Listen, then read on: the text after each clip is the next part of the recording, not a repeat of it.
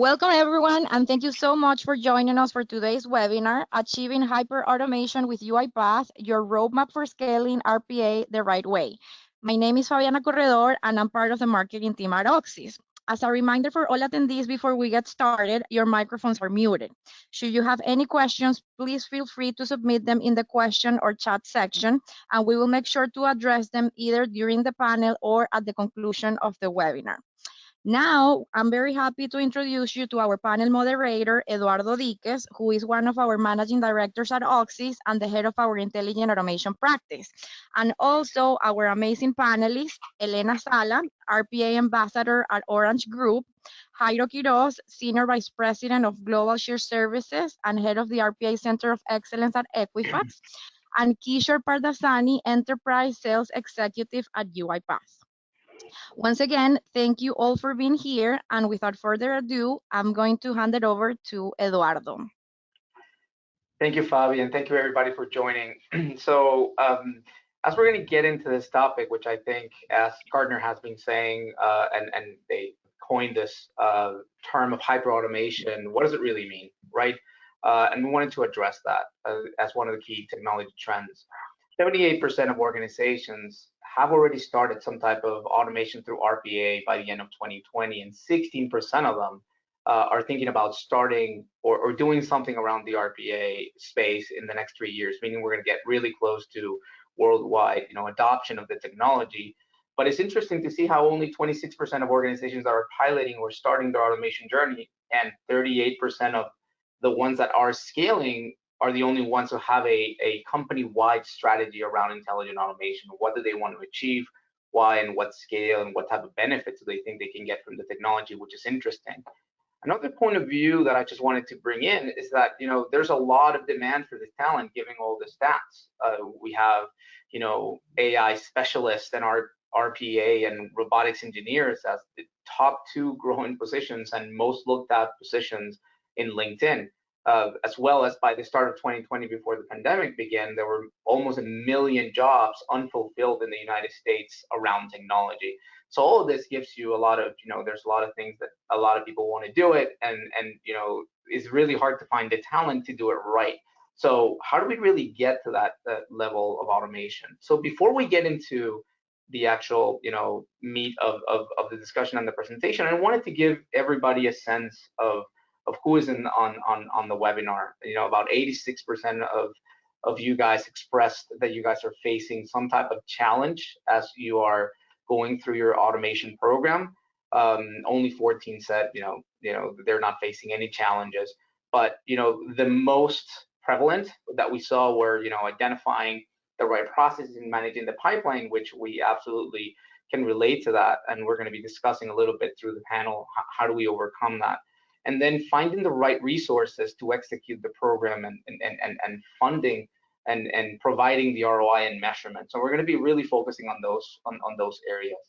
As well, we also wanted to give you, as this is going to be a fairly UiPath-centric webinar, we also wanted to talk about who's using UiPath within the panel, within the attendees. So 40% of you guys are using UiPath, 27% are thinking about or evaluating the technology, and about a third haven't really considered at this point, which was interesting. Going forward, so what does a fully automated enterprise really look like? And we're really aligned with UiPath on a lot of this thoughts, right? You want to make sure that you have an organization that has a discovery and management of automations of their opportunities with a lot of transparency and with a seamless process, so that the whole organization can really collaborate and push forward of automation and thinking of an automation first mentality. Then, demonstrating the value, measuring what you're achieving is going to be key to get there. Like I always say, if you're not measuring, it really doesn't exist. Having that, as you move forward, really stepping away from just transactional and task-oriented automation, but really deploying AI skills to go after a little bit more complex automations is going to be key. Defining, what's the technology going to be and what are the use cases that you want to deploy it, will really expand the opportunities that you're looking to automate through your organization. But the most important thing, and we're going to be talking about this through the panel and through the presentation, is really to get the employees to embrace the technology, to get the adoption, to get them excited, and then to, you know, become promoters of the technology and ambassadors in a sort of way. So what is hyperautomation? What do you need to be in the hyperautomation zone?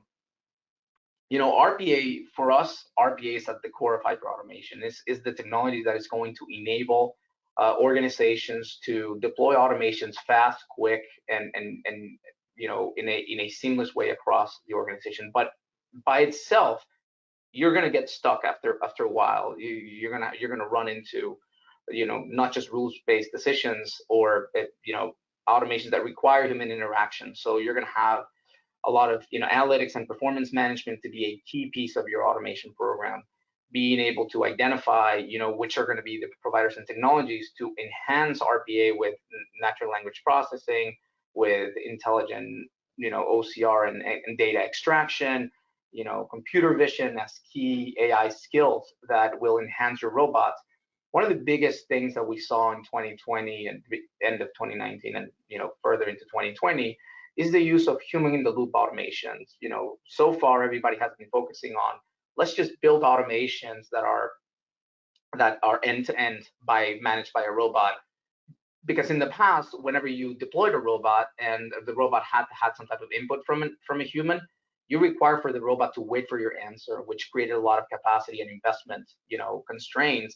With human in the loop, now you can actually, you know, seamlessly, humans can work with your digital workforce, and having that structure in place will open up, you know, many more opportunities to provide a lot of efficiencies. And then having a platform that can integrate with a lot of systems and different applications seamlessly is critical.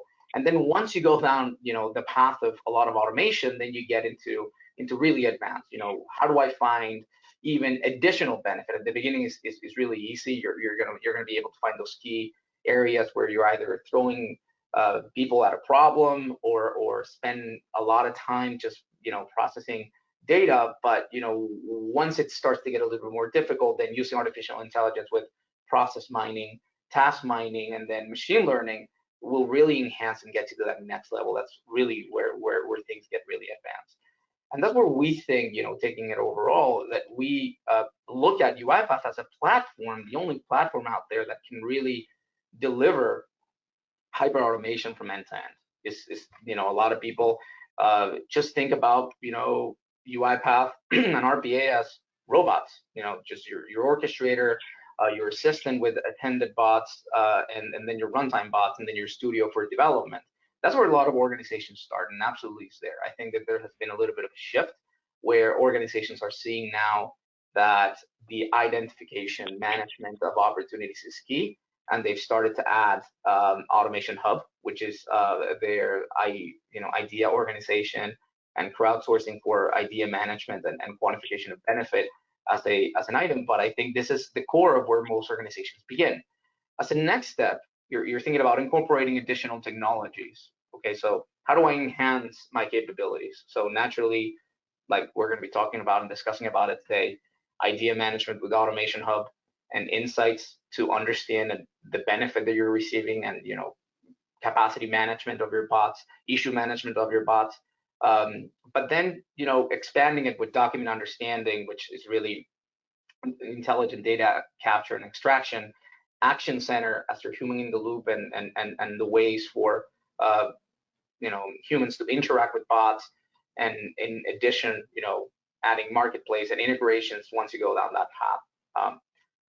Then after you've gone through that, now you're really thinking about democratizing RPA and making sure that now that you have a lot of things in place, you want to make sure that you can automate the testing of those bots as new deployments of applications are happening, so that you can know where things are changing, and you can deploy quicker with Test Manager, and using Studio X as a solution to really democratize the development of RPA through ambassadors. And we're going to be really discussing about how can that be achieved and how organizations have been really embracing this.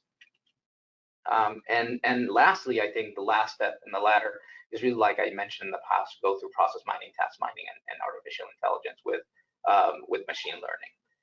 So before we actually get into the meat of the panel, I wanted to throw out our first polling question, which is, I want to take temperature on what are the type of technologies that you guys in the panel in the attendees are using today as part of your automation program. Great idea. I have launched the question already, and we're starting to gather the responses from the audience. I'll give it a couple of more seconds, and then I'll share the responses with everyone.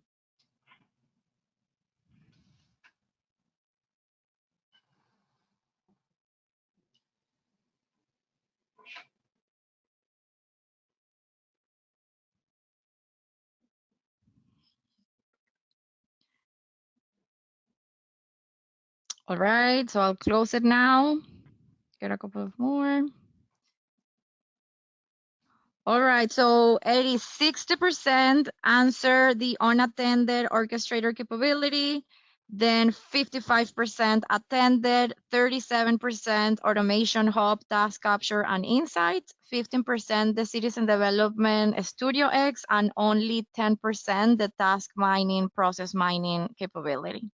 And I think that, thank you, Fabi. And I think that aligns with what I just said around how the technologies are being adopted. Most people begin with their robots and orchestration. They move into really getting visibility into their automation program, and then they start to democratize, and then they move on to a little bit more advanced areas of automation. Thanks, Fabi, for that. So if we look at the roadmap to hyperautomation, as I mentioned on the first slide, there is a small number of organizations that are really taking the time to really emphasize the importance of having a vision around RPA. Naturally, you need sponsorship to get this wide adoption of automation across your organization. So we look at organizations going from a spectrum of hyperautomation, from being highly manual organizations that don't have really a vision of what they want to do, they just keep doing things with their existing applications and their existing processes, to the fully automated enterprise. And there's naturally a continuous employee awareness that needs to be done, and PR work that needs to be done in order to get the adoption. Naturally, there's a top-down effort that needs to be done, but more importantly, in my mind, you need to get the organization excited in order for it to reverse and become a bottoms-up automation journey. I think having the vision in place, getting a proof in place, is a lot of where people think that they should get started, and that's where they have their focus on. But very quickly they understand that robots, to me, if I had to say something, the easiest thing is to build them. The problem is to provide long-term value for them. Once they are in place and working, how do you make sure that 2 years from now, those automations are still valid, providing productivity to the organization, and they just don't just get abandoned or die after the first issue they come up with, which could create the additional issue, which is if at the beginning you don't have a strong and you haven't mastered the post-implementation support equation of automation, it's very easy for those automations to have issues, and then you get really bad PR, and really it's really hard to overcome a situation like that as you try to get organizational wide adoption. After that's done and everybody's excited and you're getting the word out, is really mastering your pipeline management and ROI measurements to be able to keep funding your automation program, but also to keep feeding with great opportunities across the organization. And once that has been really mastered, then you move into democratizing RPA through citizen developer, or at least RPA ambassadors or champions that can really help you build the tail end of automations that may be a little bit more expensive or too expensive to develop through a COE, but can definitely provide a lot of value to the organization. So this being said, I wanted to bring in Kishore Pardesani to this discussion, and as he has helped a lot of organizations go through this journey, and I wanted to get his input on this before we move into the panel.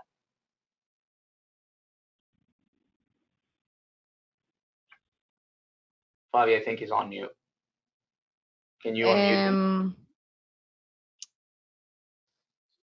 Yes, I'm not sure why he's muted, but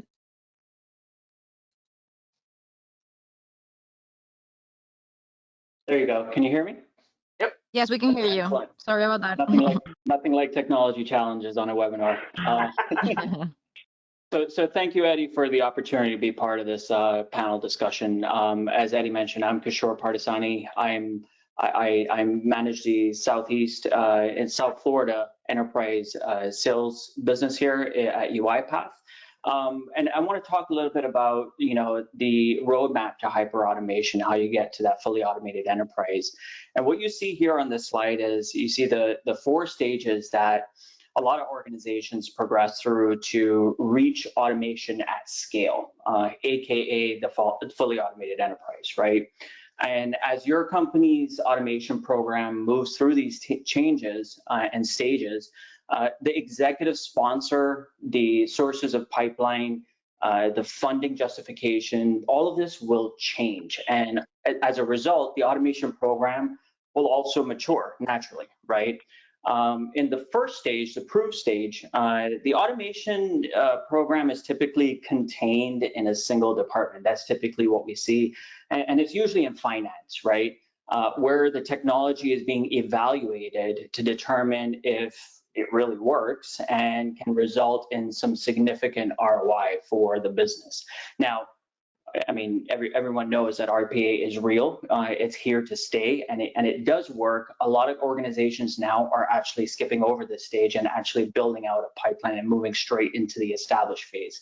But not all organizations are doing that. So as you progress to the established phase, the momentum really starts to build, right, with an automation pipeline backlog. The important piece here, though, is to identify and prioritize the high value ROI use cases, which is important because in turn, this will feed the automation engine flywheel for further investment from the executive committee to continue to grow and invest in this automation program. Extremely important for executive sponsorship here.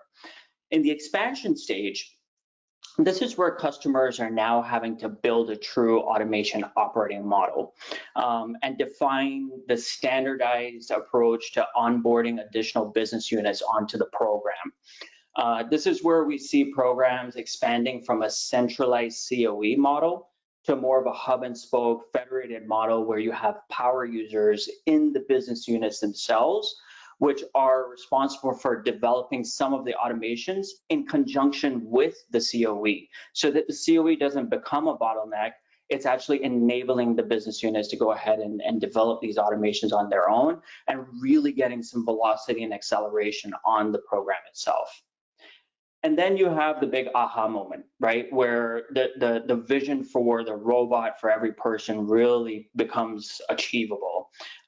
This is where the true expansion from what we naturally gravitate towards is back office automation, the unattended automation, right, where you have the highly complex end-to-end process automation, to automation in the front office, the digital assistant in your tray, that becomes a reality. And in this stage, the executive sponsor is typically going to be the CEO or the CFO. And now this is the stage where we see automation being a true pillar in the overall digital transformation program. And I'll wrap this and I'll give it back to you here in a second, Eddie, is last year in 2020 with the pandemic, we saw a major increase in productivity in every single organization. Saw productivity increase for natural reasons. You didn't have to travel to work. You had all the time in front of your Zoom and webinars and calls. You were jumping from meeting to meeting. Everyone was productive. The boundaries between work and play became really blurred. As we come out of the pandemic, a lot of executives are really starting to look for ways in which they can augment their human workforce with a digital workforce so that they keep those productivity levels high. And that's where these digital assistants really become a reality. Thank you so much, Kishore, because I think that painted a great picture around how organizations need to think about going through this space. So now, as we're going to get into the panel, I'm very excited to present, our panelists, Elena Sala from Orange and Jairo Quiroz from Equifax. They have both really been involved on two of the largest hyperautomation stories out there. So yeah, Elena, if you, get some time and, provide an overview of your role, what you're doing at Orange, and what has Orange been able to do with different technologies in the past few years. Okay, thank you, Eddie. So I am Elena Sala. I work in Orange in Spain. And I have been involved in the robot factory, that's our center of excellence, since it was born over 3 years ago. Now I am helping out other countries in Orange Group to launch initiatives according to our experience, offering them our best practices. And actually, I like this because it's giving them information and helping them. And this is something that we would have loved to have when we started. So it's a really enriching experience to do this with other countries and entities in the Orange Group. So in Orange Spain, we started this Center of Excellence, as I said, 3 years ago. As of today, we already have 500 processes automated, and we have generated a value of over 50 million euros. So what did we start with? So at the beginning, we had an orchestrator, some unattended licenses, and some studio licenses. So this is how we started, and a list of use cases identified that would have a high value return and that were not very complex. And we also had a very strong sponsorship. Actually, we started with a dedicated team of 13 people, including developers, business analysts, and some IT experts. And this is how we started. But the real thing is we wanted to grow very big. So even if we started with this, we were thinking of something bigger. And everything that we did, we were thinking to have to be able to have 500 robots. So well, we built we built a portal to be able to measure the savings, and we will talk about this later. And we built many other applications around all these robots, but all the robot infrastructure. But this came afterwards. So at the beginning, we really started with very basic, just look for opportunities and build robots that would have a high value. Thank you, Elena. I think that one of the great things about the story, I want to get in a little bit of more detail, is that they immediately identified a lot of these issues even before a lot of organizations had gone through those, and they don't have anybody that could provide insights or automation hub or any of the different things that are available today. So they immediately started through the process of building that portal that we're going to be talking about later on, that has really provided a lot of benefit and has really been enable them to grow so big. So Jairo, thank you for joining too. Would love to get your same input. Good morning. Well, just like to thank the Auxis for inviting me and be part of this session. Of course, I'm Jairo Quiroz. I lead the Global Shared Services Organization for the company. And as a dual responsibility, I also lead the Global RPA COE. And just to tell you a bit about what we do in our journey.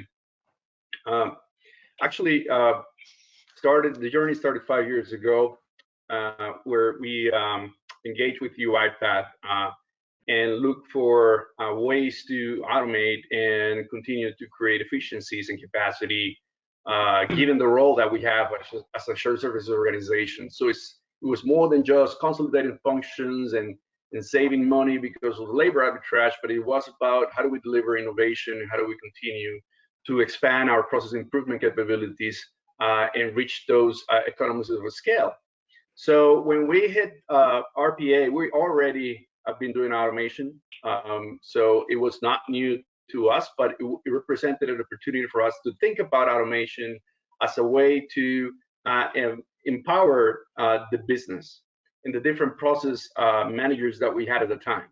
So we put the idea on the table, and we, similar to Elena, that's how we started the journey. We really prepared a couple of pilots and then demonstrated the value to top executives and then convinced them to co-invest with us. And then so we did. So we put together a plan, and then of course we wanted to be ready before we started the journey about scaling. So we defined a vision, and with that vision, our vision is to have a culture around automation so that everybody in the organization, inside the shared services organization and outside, through the entire enterprise, we value automation as a key asset and as a key capability that we can all deploy to make our lives easier and improve the experience that we are providing to customers and consumers worldwide. So we started with the vision. Of course, we put the case together, we built the COE, but certainly when we went through the expand phase, as you guys described, for us, it was about enabling the capability, right? So we needed to bring that knowledge and expertise in-house, and we worked with several partners to bring that expertise and build the plans and build the curricula and hire the people and train the people. So we'll talk about that later, but then for us, what it means is scale means digital adoption, right? So the question there is, how do we convince other business units to adopt and build a digital adoption plan so that it comes from the top, but it's truly led by the people on the front line? So just to summarize it, today we have similar scale. So our plan is to keep these 500 bots, keep them running, make it productive as much as we can, supporting them, and of course delivering the value. But one key metric for us is the amount of man hours that we have deployed, which today is more than 1 million man hours that we have deployed with the help of UiPath and of course the different technology stack that we use.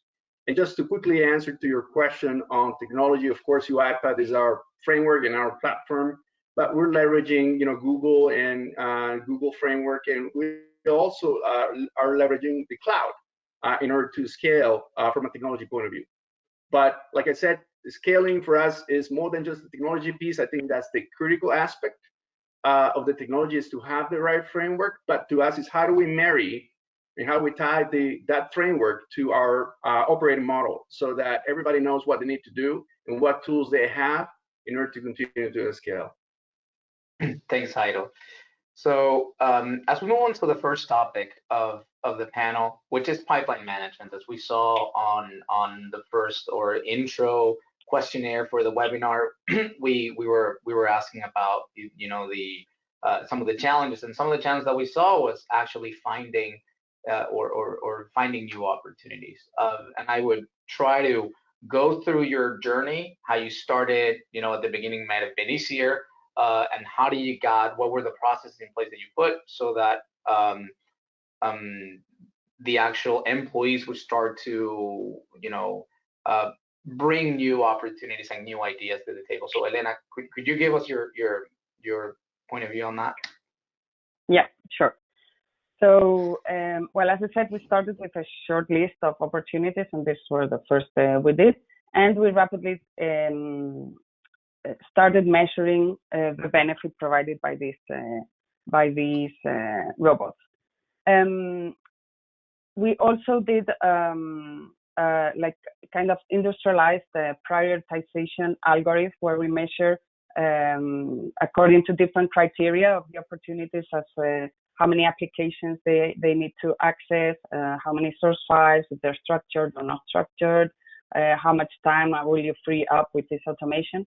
And so we have a score of complexity, but then we also estimate a business case, and this is really important. Without the business case, we're not admitting this use case for robotizing. And so these criteria were public, so every employee in the company knew them or could know about them. And like this, we can transparently decide and prioritize what opportunities we would robotize. Thank you, Elena. Jairo, in your case, how do you prioritize opportunities? How do you decide what goes and what doesn't go? Yeah, so that's an interesting question. So I think, like Elena at the beginning, it was important for us to define the right criteria, right? So whether that was volume, whether that was how easy or was the process, how ready was the process for automation, if there were too many system changes or things of that nature, right? So that we came up with tools and a process that we were using when we started. Today, like I said in my previous comment, what's important for us as we think about pipeline management is that we have a very strong operating model. So in that operating model, we have built I would say a process for other business units to be engaged. Because here's the thing, when we started the journey, we put a kind of executive steering committee composed by all the different business units, technology, security, all those guys. So we were driving the program centrally, and the COE had to align to the expectations of the different business units. So, and those expectations will sometimes be, would be contradicting to each other because we only have, say, a limited source of resources. So the question I was always getting was, hey, I don't believe you're going to send me, my favorite friend Willis, who's the guy who makes it happen, and his team, right? Every time I ask him to go to UK or go to Spain or go to South America, I'm not believing you, right? So we have to come up with a way in which we enable the different business units to own their own pipeline, right? So that's why criteria is so important, but then we had to make it independent because the way we built the program from a financial point of view was to be self-funding, right? So those things are so important when you think about prioritization. You may have the right process, but you may not have the funding, right? So, and even if you have the right process and you expect that there is some ROI coming your way, you also need to evolve and think about ROI from a different perspective, or think about a benefit from a different perspective, because the investment is required, right? So for us, having the pipeline, being driven by the different business units so that they were able to make their own decisions and invest money, kind of remove the COE to be the kind of the blocker, right, or the roadblock for business units to continue to scale, right? So we didn't, the process was not to grow it centrally and everything's under control. It was more to grow it in each individual business unit and allow the financial model to help propel that adoption as we go, right? So today, prioritization is a tricky question because I think when we started the journey, we started kind of going from, bottoms up, right? So it was people identifying the processes and coming up to management, and then management making decisions. Today, as we're trying to scale more strategically, it's more about convincing some guys at the top of the organization to make some top-down decisions as we make prioritization of initiatives. So in other words, for us, it's been a journey of finding the work that is not value add, right? That's how we started.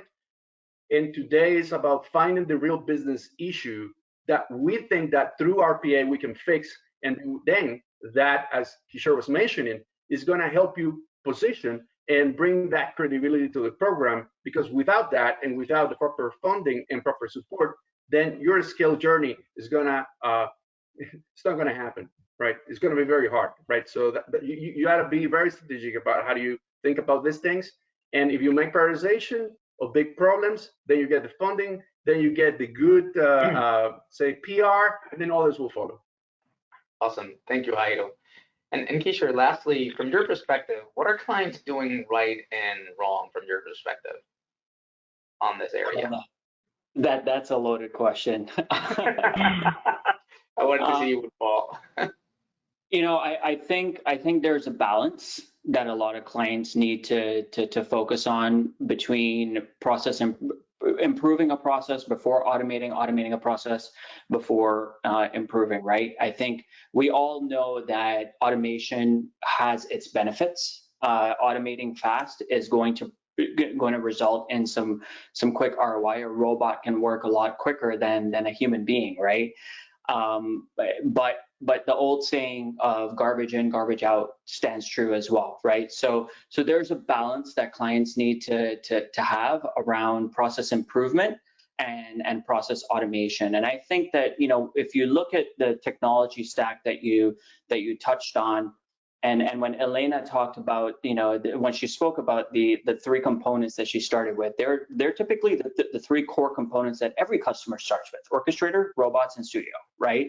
And that's where they focus. But a lot of clients sometimes run into an issue where they have change management issues and they have pushback from the field on identifying pipeline. This is where tools such as process mining and task mining really come to bear and are really important, because you can use hard facts and data to identify not only automation opportunities, but process improvement opportunities as well. So if I had to answer that question in a simple manner, it's just having that balance between the two teams, and having the automation teams and the process improvement teams working harmoniously together. Thank you, Kishore. So with that, let's get into the second polling question.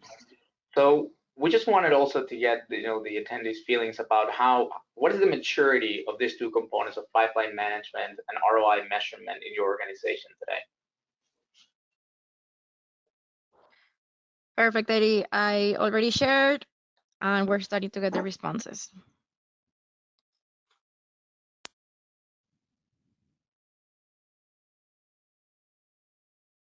In the meantime, there is a question from the audience that I think goes well for this section. So I'm going to just throw it out there for the panelists.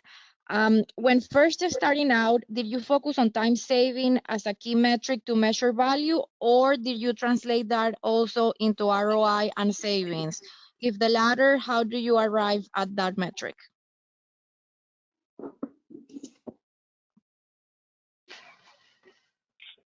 Heidi, do you want to take on that? Or Elena? Yeah, that's fine, Elena. You can take on that one. Okay. Yes. So yeah, we principally started with time saving, but focusing on external provider time saving. So we didn't want to get to the organization with the idea that we were going to replace hours of work of internal employees, because this is not a good reaction.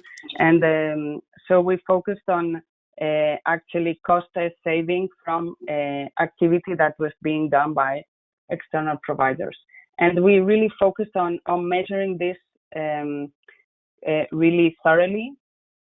So as I said, we have a portal that reads the log activity from our robots, and we configure unitary savings for each different output of the robot. So in this way, we can measure in real time all the benefits and the value that are being provided by the robots. What I would say just quickly is that, you know, time savings. So the way you should think about this is about you know, either productivity or time savings.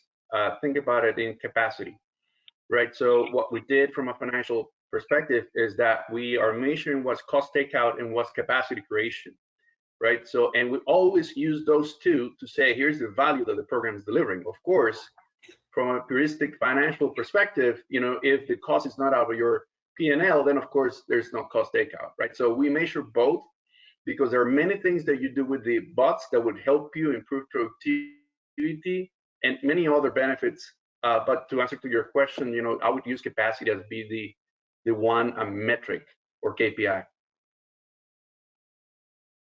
Thank you, Heidi. Great. And I'll share the responses, Eddie. So it's interesting. Only 1% considered to be strongly mature, 22% somewhat mature, 29% immature. 19% very immature, and then the other 28% they just haven't started with bots in productions yet. Perfect. So I think that aligns with most organizations.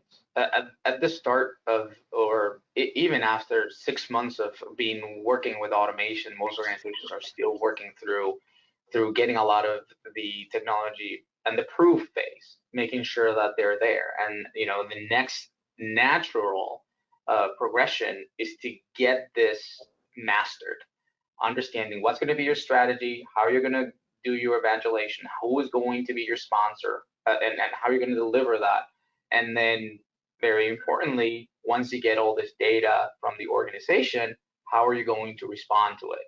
The worst thing you can do is just get a lot of great ideas, and I never got a response from my candidate process. So all those things need to be taken into consideration. But I think that's aligned with what I thought it would be.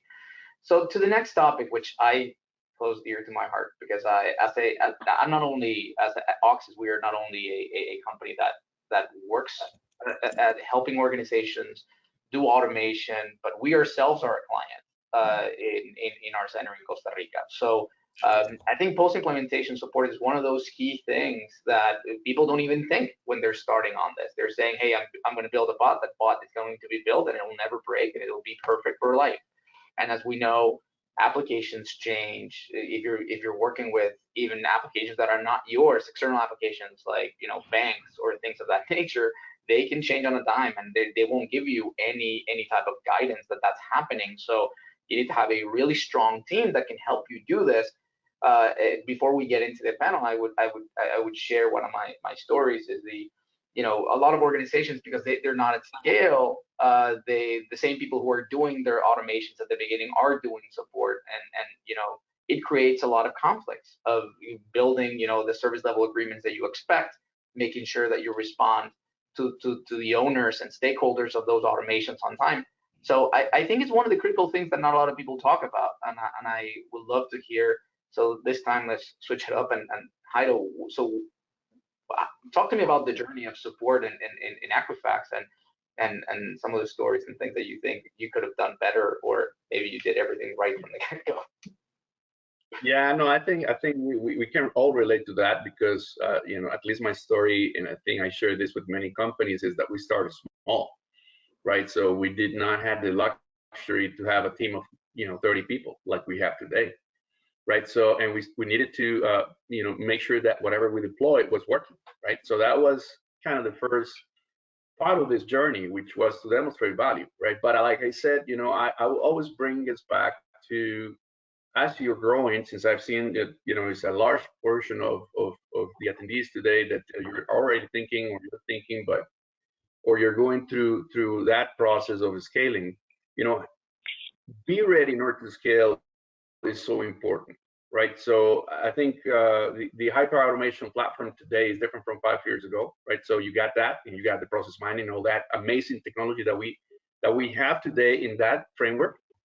But thinking about the process, for me, if I think about support, I need to think about the rest of the operating model, the business model you want to have, right? So in our case, like I said, allowing the business units to pretty much decide upon what's the pipeline and what's the prioritization, to whether that the organization was ready or is ready, if the process is suitable for automation, if there's value to the business. That was kind of very important. Then building a network, right? So we worked at that time with the senior SVP of process improvement to ensure that, as we already had lean leaders across the globe, that we could give RPA to them, to be part of their toolkit, right? So as they were exploring opportunities for process improvement, they also got trained on RPA, so that they were the ones identifying opportunities. So that kind of model, that's how it started. But to your point, we have a saying here at Equifax, which is, when the bot is in production is when the real fun begins, right? I think, is of course ironic, but or sarcastic. But the thing is, the fun part is to build a bot, right? The really hard part is to have it run in the stable, And it is more than just the environments around you. It's about the support that you give this bot. For many cases or many use cases, once you deploy the bot, you are not looking for perfection, right? At least at Equifax, we're not looking for 100% of the case or the transactions be automated by the bot in order to go to production.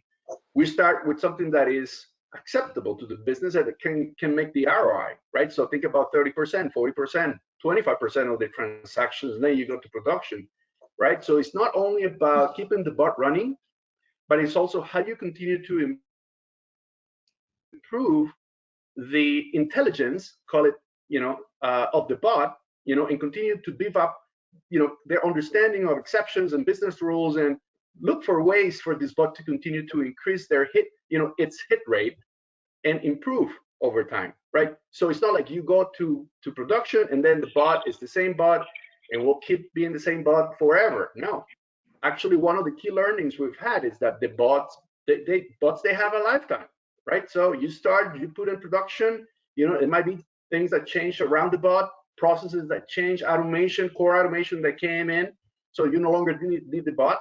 So that's why it's very important that as you build your model, you think not only from the perspective of the COE factory, but in our case, we develop pretty much launched or implemented a service operations organization. So that would be your bot ops, right? So and we have a bunch of people, and that's what they do, right? So they take care of the bots, they monitor the bots, but also they continue to improve the bots and continue to work with the business unit for that bot to deliver value and continue to expand that value. But we also have one other practice, which is we call digital workforce management, right? And we don't think that the service operations team that is part of the COE should be the one doing the digital workforce management. It should be the manager in the front line, the manager that has 10 people and 2 bots, right? So that's why it's very important that you think about this whole process. You think about the analytics aspect of it, right? So you got from UiPath insights, we kind of build our own, and we're testing out insights. But the intent is that information that is being produced by the bot is so important for you to measure the business outcome, not necessarily whether the bot is up and running, but is the bot doing what I need the bot to do in order for me as a frontline manager or a manager of any role, be finance, be operations, be technology, to deliver my objective. Thank you, Ida. I think that's a great perspective. And Elena, on your end, how do you structure, how did you structure your support team, and has that evolved at all? Yeah. So one of our lessons learned was not to underestimate the support that you will need for your robots, as Jairo said before. So the fun starts when the robot goes into production. So we are lucky. We have call centers for our customers. So we set up a support team in our call center that luckily they work long hours from 8 a.m. to 12 midnight. So we had level 1 support for our bots almost 24 hours a day. And with this, we also achieved a cultural change, a transformation in our call center. So we don't only have agents taking calls, but we also have agents that are monitoring our robots, and they even suggest improvements to our robots. They monitor the outcome of the robots, and they also can do change requests to improve our robots, as well as the process owners. They can do change requests to improve the robots. So yeah, so this is the way we did this. We defined also levels of criticality of the processes, because we know we have bots for low critical, not very critical processes that can wait until the next working day to be fixed, or even some more days. But then we have a few robots that are operating on really critical processes for the business. So we have level 1, level 2, level 3 support there, and the robots get fixed as quickly as possible. We have people on shift during the night if there are major releases in the company applications. So yeah, in the end, you don't have to underestimate the capacity you need to assign to this this task, because it's really important. Yeah, and I think that, yeah, getting that segregation between, you know, who the support team is and who's developing is critical to really provide the level of service that is expected, and it cannot be overlooked. So in the same fashion as our last, you know, question, we wanted to see what is your perception of maturity around post-implementation support in your existing program. And Eddie, while we collect the responses, I have an interesting question for this section. When developing robots, what is the extent of system development processes and controls that you should generally employ? In other words, should we leverage development techniques from the system development world, such as version control, peer review, development, production, QA cycle, etc.? Absolutely. Well, in my perspective, absolutely yes. One of the key things and controls, yeah, naturally robots are not like your regular development. It's not like regular software deployments, but it can use a lot of the same techniques. Specifically with the peer review, it's great. That provides the additional level of controls. It is a non-unknown, and you know, thankfully it's never happened to me, but it's very easy for a developer to add an additional piece of code into the existing code with access to your applications that can do something that you wouldn't like it to do, and it's not going to be part of your testing. So going through all that security, like code review, making sure that the quality is up to par, specifically for the support end, because you know, the alerts need to be in place, the quality of the code needs to be clear so that somebody else can support that code. So I think it's similar to the prior responses. Only 2% considered to be strongly mature, 14% somewhat mature, 30% immature, 16% very immature, and then, you know, the 39% not having implemented any bots yet. Thank you, Fabi. So moving on to the next topic. So we only have 5 minutes left, so I will try to keep it short. Specifically around democratizing RPA. This is the last step. How do you guys want about, you know, enabling the organization to go through automation beyond just what the COE could provide, and what's the adoption's been? So Elena, could you give us a short answer on that? Yeah. So pretty early in our journey, we realized that from the Center of Excellence, we could not go into this daily tasks of the employees that take some time. But as a Center of Excellence, you cannot go for that. There's not a ROI, a quick ROI. So we created this. We started this citizen developer program that really helped us not only to gain efficiency of the employees, but also to create awareness all around the company, and to overcome the fear for the robots. So this was one of the tools we used to create awareness and to help the organization to transform and to overcome this cultural change. Thank you. And how did you decide who got a citizen developer license? How was that process? Yeah. So where you go, Jairo? No, just wanted to say that you know, from my perspective is you know, education and awareness, right? So that's how we tackle it in a way. You know, we have RPA awareness training for every single employee, you know, at Equifax, and we build that. Of course, we rely on training that materials that UiPath provides. But I say to the question is, you know, of course, you want people from the different businesses to volunteer. So we train them, we make them go through a certification process, I guess similar to Elena, as we discussed the other day, right? So they have to take the training, and they have to be able to deliver the bot in a particular time frame. So we provide them say, an Equifax certification for any people that succeed in that regard, and then they need to deploy solutions and keep deploying them, right? So if you know, you got someone getting trained, they don't succeed in the program, then the license is allocated to somebody else, right? But I agree with Elena. I think the way to scale also is very important to consider.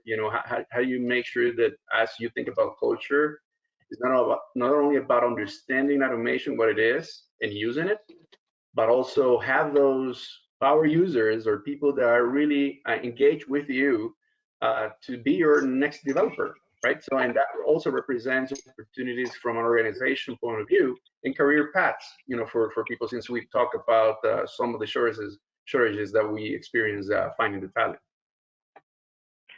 Thank And you. Eddie, if I could just chime in really quick, from the previous topic and this topic, I think it's the important thing here is communication. There needs to be consistent and constant communication between the COE, IT, security to enable these programs. Yeah, so I'll just leave it at that. I think that the constant communication and controls and governance are going to be a key important factor in a citizen developer program. And that needs to be clearly communicated with IT upfront. The last topic, I know we only have 2 minutes left, and it's going to be. We can stay for a little bit longer for whoever wants to keep asking additional questions. That's yeah. fine. Mm-hmm. So the last topic that I wanted to talk about is talent management and best practices. Naturally, there's a lot of demand for people that can do this job. So are you guys doing this whole in-house? Are you using a hybrid model with external partners? What was your choice? How did you start? And how were you able to scale? Elena, you want to get that first? Yep.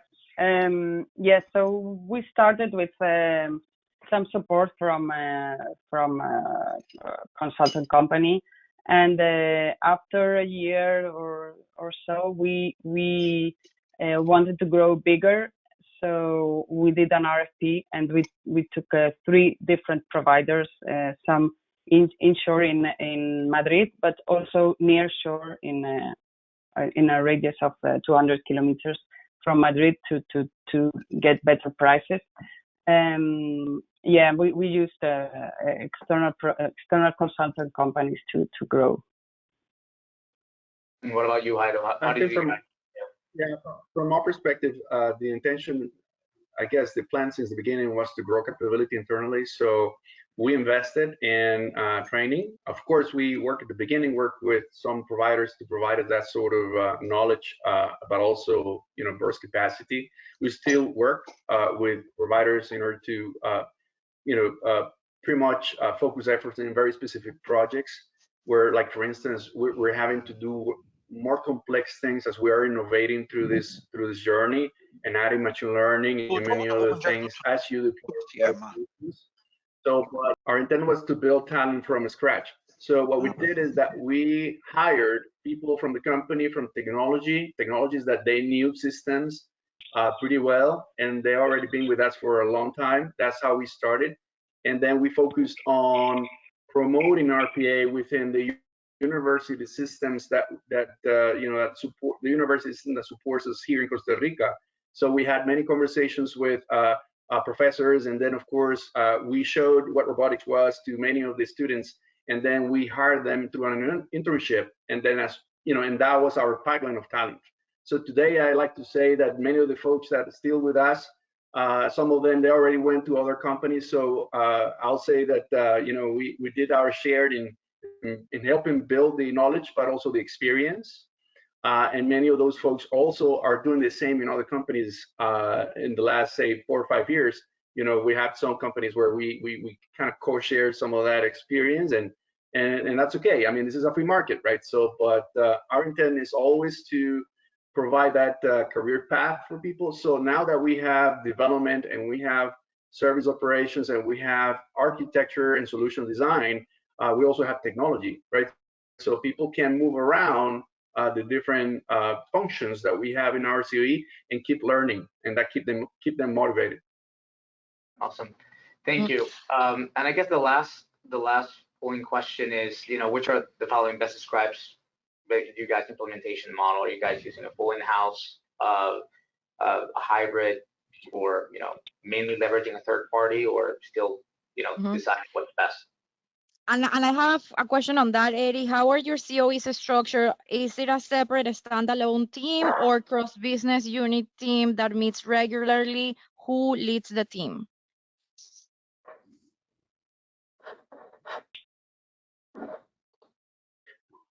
Jairo, do you want to answer that one, Elena? Yeah, I can answer your question. So the COE is centrally managed, right? So that is centrally managed by me. But like we respond to the CFO of the company, right? And our mission is to deploy globally, right? So and in that we have smaller teams in different regions strategically, and we work with those geographies in order to build a program and have people learning and be dedicated. So it's not like a federated model per se, but it's a model where we kind of put the seed and support them through that process as to the point that in which they become independent. But the actual technology piece of it is centrally governed. So it's the development which is being done in different parts of the world. But the most complex, the most critical business cases are still delivered by the COE, regardless of the business unit. Mm-hmm. Yeah. In Orange, it's quite similar. We have the Center of Excellence, we have the Citizen Development Program, and then we have what we call RPA planners or RPA ambassadors across the business units that centralize in their business units all the robots, both those that we do centrally and those that are done by employees. And if they have use cases that don't have a significant business case behind, but still they want to do it, they can also pay for it and do it themselves. But with our methodology, using our infrastructure and we put the licenses and then we maintain the robots also.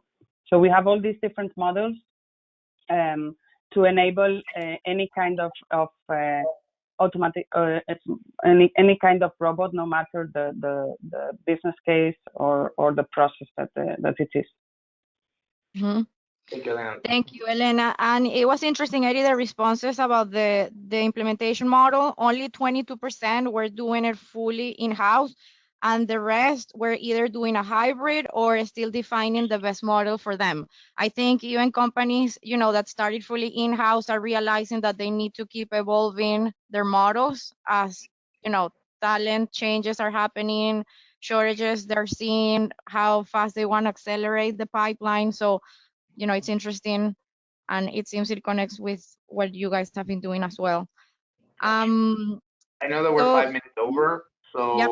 I think that if there is anybody that has questions, please make sure to send them by email, and I'll make sure to get an answer. Thank you so much, everybody, for joining. I think Fabi has, throw out an additional poll question in case anybody wants to have a consultation around hyperautomation and how to scale your program. Please, answer the question, and we'll make sure to reach out. So yeah, and as you mentioned, any additional questions that we received that we didn't have time to cover, we'll make sure to contact you in private and respond those in private. And as I mentioned on the chat, anyone that is interested in getting a copy of the presentation, you can email me at the email that I left on the chat, but it's basically fabiana.corredor@auxis.com, and we'll be happy to send you a copy of the presentation as well as the recording.